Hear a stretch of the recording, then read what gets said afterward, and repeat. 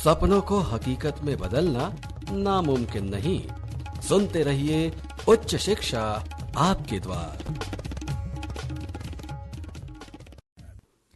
उच्च शिक्षा आपके द्वार अर्पा रेडियो पर आप सुन रहे हैं ये कार्यक्रम, जिसमें आइए सुनते हैं शिक्षा विभाग की प्रोफेसर प्रकृति जेम्स से उनका व्याख्यान। किसी भी कारण से उच्च शिक्षा से वंचित हैं तो पंडित सुंदरलाल शर्मा मुक्त विश्वविद्यालय छत्तीसगढ़ आपको अवसर देने के लिए तत्पर है। सुनते रहिए उच्च शिक्षा आपके द्वार। नमस्कार प्रिय प्रशिक्षार्थियों, हम चर्चा कर रहे हैं बीएड मुक्त पाठ्यक्रम के प्रथम वर्ष के तृतीय प्रश्न पत्र समकालीन भारतीय शिक्षा की प्रथम इकाई, जिसका शीर्षक है आधुनिक शिक्षा का विकास। पिछली चर्चा में हमने मैकाले के घोषणा पत्र तथा वुड डिस्पैच के बारे में जाना है। आज हम चर्चा करेंगे भारतीय शिक्षा आयोग वुड एबॉट रिपोर्ट तथा वर्धा शिक्षा योजना के बारे में। आइए शुरुआत करते हैं भारतीय शिक्षा आयोग से। सबसे पहले इसके पृष्ठभूमि पे बात करते हैं। सन 1854 के आज्ञा पत्र के अनुसार धर्मनिरपेक्ष शिक्षा पर ज़्यादा जोर दिया गया।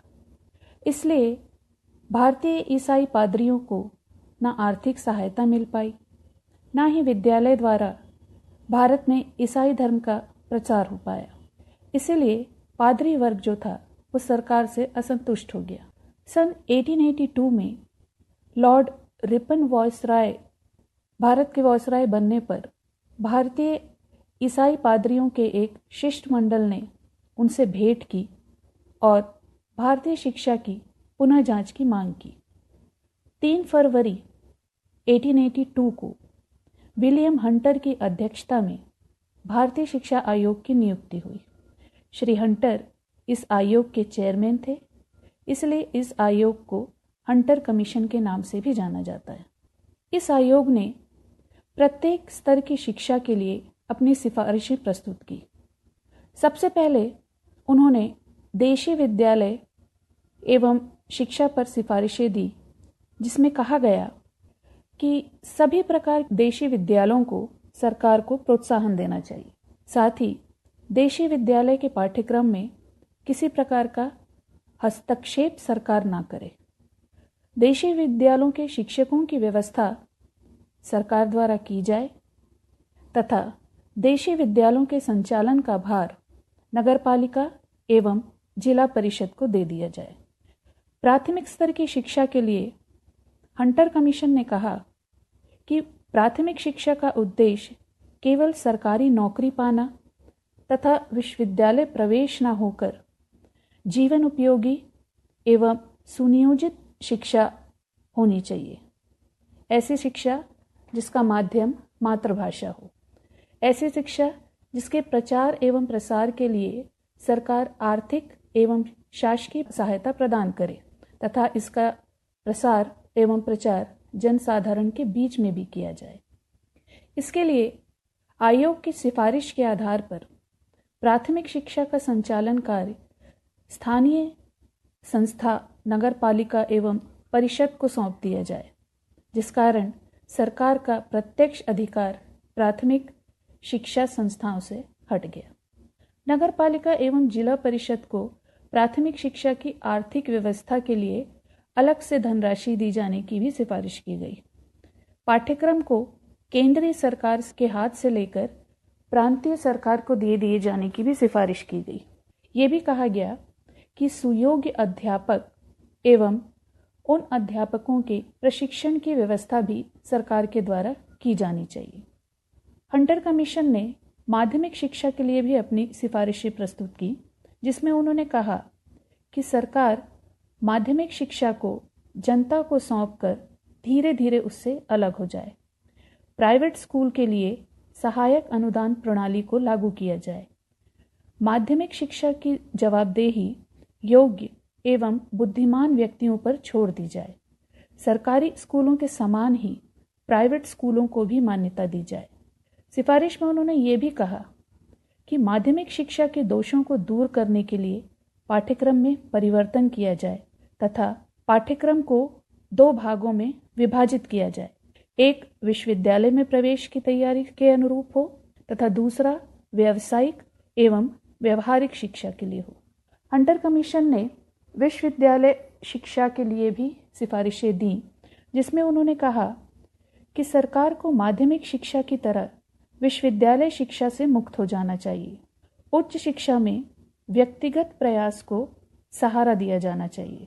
आवश्यकता पड़ने पर सरकार प्रत्येक कॉलेज को विशेष अनुदान प्रदान करे। कॉलेजों में छात्रों की रुचि के अनुसार विषय रखे जाने चाहिए। प्रोफेसरों की नियुक्ति करते समय उन्हीं भारतीयों को प्रमुखता दी जानी चाहिए जिन्होंने यूरोप के विश्वविद्यालयों में शिक्षा प्राप्त की हो। आयोग ने यह भी कहा कि छात्रों की शिक्षा समाप्त करने पर उन्हें रोजगार मिलना चाहिए। पाठ्यक्रम इस प्रकार से होना चाहिए। सिफारिश में यह भी कहा गया कि नैतिक विकास के लिए समय समय पर छात्रों का मार्गदर्शन करने की भी व्यवस्था हमारी शिक्षा प्रणाली में होनी चाहिए। स्त्री शिक्षा के लिए भी हंटर कमीशन ने कुछ सिफारिशें दी, जिसमें उन्होंने कहा कि महिला शिक्षिकाओं को वेतन अनुदान मिलना चाहिए। उनके प्रशिक्षण के लिए सामान्य विद्यालय खोले जाने चाहिए। बालिका विद्यालय के लिए महिला निरीक्षकों की नियुक्ति होनी चाहिए तथा पाठ्यक्रम इस तरीके का होना चाहिए कि लड़कियों की शिक्षा उपयोगी बन सके। हंटर कमीशन ने पर्वतीय जातियों एवं आदिवासियों की शिक्षा के लिए भी सिफारिशें दी, जिसमें उन्होंने कहा कि सरकार इन विद्यालयों की खुद स्थापना करे। अध्यापकों का चुनाव इन विद्यालयों में उपयुक्त जाति के द्वारा किया जाए तथा शिक्षा का माध्यम उनकी मातृभाषा रखी जाए। हरिजन एवं पिछड़ी जातियों के लिए हंटर कमीशन ने सिफारिश की कि जहां हरिजन छात्रों पर विद्यालय प्रवेश में रोक हो, वहां सरकार द्वारा अलग से विद्यालय खोला जाए और राजकीय नगर पालिकाओं या स्थानीय संस्थाओं द्वारा संचालित विद्यालयों में हरिजन तथा पिछड़ी जातियों के छात्रों को अध्ययन एवं प्रवेश की स्वतंत्रता दी जाए। मिशनरी शिक्षा पर भी कमीशन ने कहा कि किसी भी मिशन को भारतीय शिक्षा का उत्तरदायित्व नहीं सौंपा जाना चाहिए। व्यक्तिगत प्रयास का अर्थ मिशनरी प्रयास न हो, उसका अर्थ स्वयं जनता से किया जाए तथा उच्च शिक्षा एवं शिक्षा विभाग के स्कूल पादरियों को नहीं सौंपे जाने चाहिए। ये तमाम सिफारिशें शिक्षा के अलग अलग स्तर के लिए कमीशन ने की। इन सिफारिशों के देने के बाद अगर हम हंटर कमीशन के गुण के बारे में चर्चा करें तो हम जानेंगे कि इस कमीशन की सिफारिशों के बाद देशी शिक्षा को प्रोत्साहन दिया गया और शिक्षा में प्रगति आई। मिशनरी शिक्षा के प्रयास को रोककर, उनके प्रसार को रोककर भारतीय शिक्षा की रक्षा मिशनरियों का प्रचार किया गया। शिक्षा को व्यावहारिक एवं जीवन उपयोगी बनाने के लिए हाई स्कूल के पाठ्यक्रम में औद्योगिक शिक्षा का समावेश किया गया। आयोग ने अल्पसंख्यकों एवं हरिजन आदि की शिक्षा पर ज़्यादा ध्यान दिया। इस आयोग ने शिक्षा में धर्मनिरपेक्षता का समावेश कर एक अच्छा परिचय दिया। साथ ही आयोग ने सरकारी एवं गैर सरकारी प्रयत्नों का समन्वय भी किया। गुणों के साथ साथ इस कमीशन के कुछ दोष भी थे, जिसमें मुख्य थे आयोग की सिफारिश के अनुसार नवीन विद्यालय की स्थापना सरकार ने बंद कर दी, जिसके परिणाम स्वरूप शिक्षा की प्रगति को धक्का लगा। आयोग ने व्यक्तिगत स्कूल एवं कॉलेज खोलने की सिफारिश की, जिसमें सरकारी कॉलेज की अपेक्षा फीस कम हो। इसमें निम्न कोटि के स्कूल एवं कॉलेज स्थापित हो गए। सरकारी प्रयत्न खत्म होने से प्राइवेट स्कूलों का प्रबंध ठीक से नहीं हुआ, जिसके परिणाम स्वरूप शिक्षा के स्तर में गिरावट आने लगी। आयोग ने माध्यमिक शिक्षा तथा उच्च शिक्षा के लिए परीक्षा फल के अनुसार वेतन प्रणाली को दोषी या बुरा बताया और देशी शिक्षा के लिए उसकी स्वीकृति देकर लाभप्रद कहा, जो कि एक प्रकार से विरोधाभास को जन्म दिया गया। साथ ही आयोग द्वारा शिक्षा का माध्यम स्पष्ट नहीं किया गया। उन्होंने माध्यमिक शिक्षा का माध्यम अंग्रेजी रखा और मातृभाषा के विषय में कुछ भी नहीं कहा। आइए अब हम जानते हैं वुड एबॉट रिपोर्ट के बारे में। व्यावसायिक शिक्षा की सलाह देने के लिए इंग्लैंड की शिक्षा परिषद से सन 1936 में श्री ए एबॉट तथा S.H. वुड भारत आए। दोनों ने भारतीय शिक्षा समस्या के अध्ययन हेतु संपूर्ण भारत की यात्रा की तथा सन 1937 में शिक्षा संबंधी अपनी रिपोर्ट प्रस्तुत कर दी। यह रिपोर्ट भारत में वुड एबोट रिपोर्ट के नाम से जानी जाती है। यह रिपोर्ट 2 भागों में प्रस्तुत की गई। पहला भाग था वुड द्वारा प्रस्तावित सामान्य शिक्षा पर सुझाव तथा दूसरा भाग था एबोट द्वारा प्रस्तुत किए गए व्यावसायिक तथा औद्योगिक शिक्षा पर सुझाव। आइए पहले हम चर्चा करते हैं सामान्य शिक्षा पर वुड की सिफारिशों पर। यहाँ इस सिफारिश में कहा गया कि शिक्षा का माध्यम मातृभाषा हो और मिडिल स्कूल में अंग्रेजी पर ज़्यादा जोर न दिया जाए। बालिका शिक्षा पर विशेष ध्यान दिया जाए। प्राथमिक विद्यालय में प्रशिक्षित शिक्षक और शिक्षिका हों। गांव के स्थानीय आवश्यकता के अनुकूल ही ग्रामीण स्कूल का पाठ्यक्रम होना चाहिए। सिफारिश में आगे कहा गया कि बालकों की रुचि को ध्यान में रखते हुए शिक्षा की व्यवस्था हो। माध्यमिक विद्यालयों में अंग्रेजी को आवश्यक रूप से प्राथमिकता दी जाए तथा विद्यालय के निरीक्षण के लिए निरीक्षकों की नियुक्ति की जाए। व्यावसायिक तथा औद्योगिक शिक्षा पर एबोट ने कुछ सिफारिशें प्रस्तुत की, जिसमें मुख्य सिफारिशें थीं कि सामान्य शिक्षा तथा व्यावसायिक शिक्षा में घनिष्ठ संबंध है, इसीलिए सामान्य शिक्षा की तरह ही व्यावसायिक शिक्षा प्रदान करना बहुत आवश्यक है। प्रत्येक प्रांत में व्यावसायिक शिक्षा का प्रबंध होना चाहिए। छात्रों को प्रारंभ में सामान्य शिक्षा और उसके बाद व्यावसायिक शिक्षा दी जानी चाहिए। 14 वर्ष की उम्र के बाद ही बालकों को व्यावसायिक शिक्षा दी जानी चाहिए। देश की औद्योगिक आवश्यकताओं को ध्यान में रखकर ही व्यावसायिक शिक्षा दी जाए। सामान्य शिक्षा एवं व्यावसायिक शिक्षा के विद्यालय अलग अलग हों। प्रत्येक प्रांत में व्यावसायिक शिक्षा सलाहकार समिति की स्थापना की जाए। व्यावसायिक शिक्षा एक मार्गी न होकर बहुमार्गी हो। दिल्ली में एक व्यावसायिक प्रशिक्षण कॉलेज खोला जाए तथा व्यावसायिक स्कूलों में की स्थापना की बात भी कही गई। इस प्रकार से वुड एबोट रिपोर्ट तैयार हुई, जिसमें कि सामान्य शिक्षा तथा व्यावसायिक शिक्षा पर सिफारिशें दी गईं। अब अगर हम वुड एबोट रिपोर्ट का मूल्यांकन करें, उसके गुण और दोष के बारे में जानें, तो हम पाएंगे कि जो उसके गुण थे वो ये थे कि एबोट ने व्यवहारिक शिक्षा का सुझाव देकर शिक्षा को जीवननिष्ठ एवं व्यवहारिक बनाया। इस रिपोर्ट के अनुसार सामान्य एवं व्यावसायिक शिक्षा दोनों का समन्वय किया गया और दोनों को जीवन उपयोगी बनाया गया। इस रिपोर्ट ने पहली बार व्यावसायिक शिक्षा को महत्वपूर्ण बनाया। अब अगर इसके दोष की बात की जाए तो यह देखने में आता है कि इस रिपोर्ट में किसानों के जीवन स्तर को उठाने का कोई भी सुझाव नहीं दिया गया, जबकि भारत का मुख्य व्यवसाय कृषि रहा है। साथ ही यह रिपोर्ट विभिन्न गुणों से युक्त एवं महत्वपूर्ण होकर भी सरकार को अपनी ओर आकर्षित नहीं कर सकी, जो कि इसका एक बहुत बड़ा दोष माना जाता है। आइए अब हम चर्चा करते हैं वर्धा शिक्षा योजना के बारे में, जिसे कि बुनियादी शिक्षा योजना भी कहा जाता है। जिस समय कांग्रेस मंत्रिमंडल का गठन हुआ, शिक्षा की दशा अत्यंत शोचनीय थी। सभी को एक सुसंगठित जीवन उपयोगी और निःशुल्क एवं अनिवार्य शिक्षा के साथ साथ समाज के उपेक्षित वर्ग के लिए भी शिक्षा की आवश्यकता थी। 2 अक्टूबर सन 1937 को महात्मा गांधी ने हरिजन नामक पत्रिका में शिक्षा संबंधी कुछ बिंदुओं पर विशेष रूप से विचार प्रस्तुत किया, जिसमें उन्होंने कहा कि प्राथमिक स्तर पर शिक्षा के साथ साथ एक उद्योग की पढ़ाई पर भी ध्यान दिया जाना जरूरी है। उन्होंने कहा कि शिक्षा में दस्तकारी कार्य को सिखाया जाए।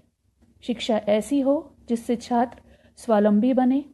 शिक्षा ऐसी हो जिसका माध्यम मातृभाषा हो तथा शिक्षा ऐसी हो जिससे छात्रों का न केवल बौद्धिक विकास हो बल्कि शिक्षा छात्र छात्राओं को रोटी के उपार्जन में भी सहायक हो और इसके लिए राज्य सरकार उन्हें जीविका प्रदान करने की गारंटी भी थे।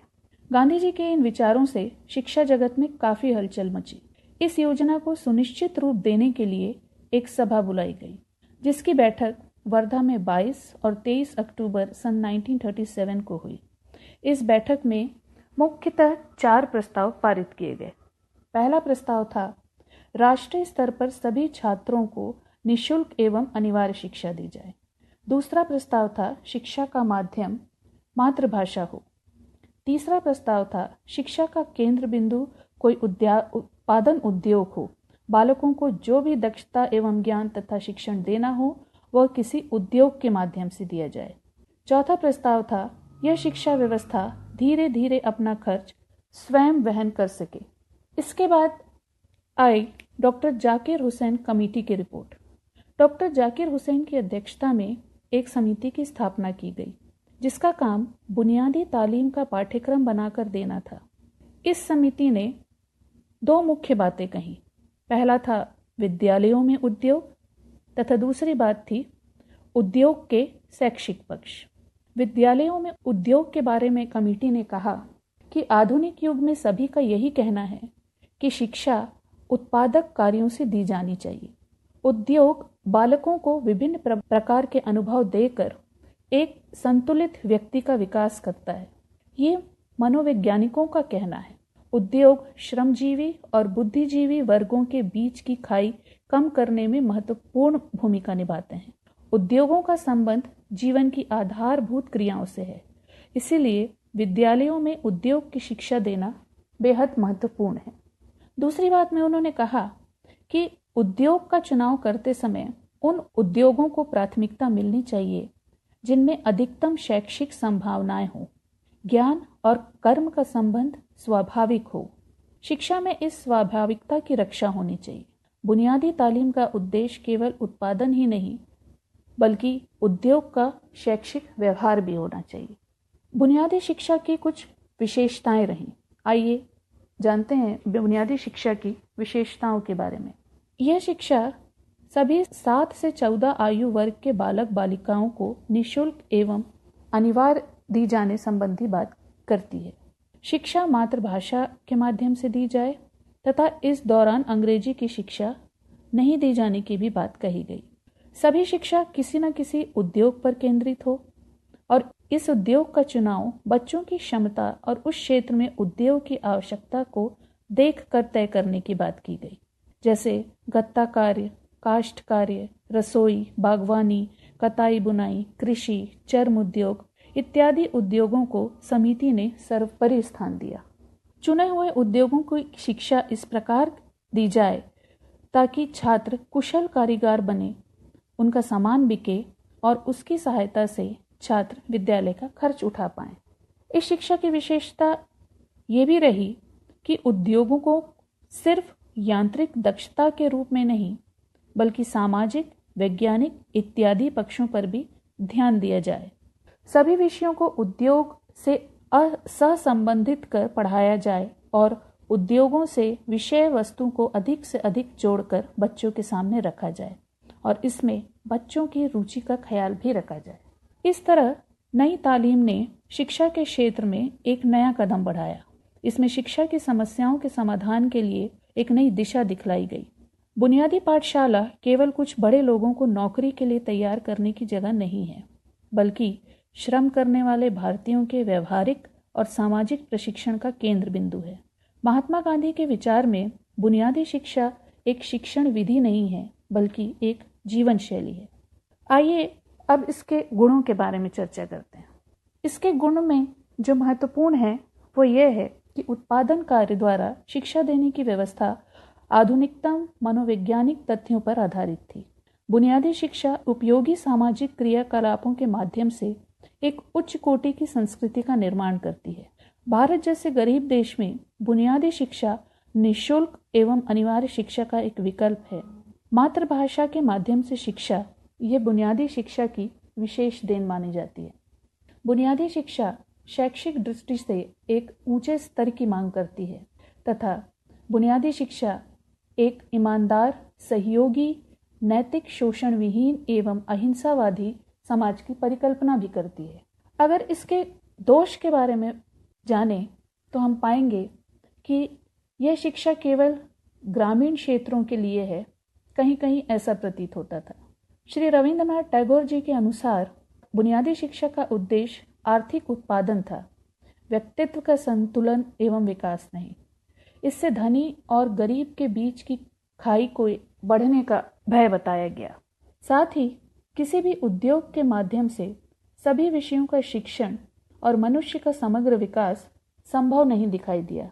उद्योग केंद्रित शिक्षा होने के कारण अस्वाभाविकता की संभावनाएं ज़्यादा दिखाई दी। ये थे बुनियादी शिक्षा के दोष।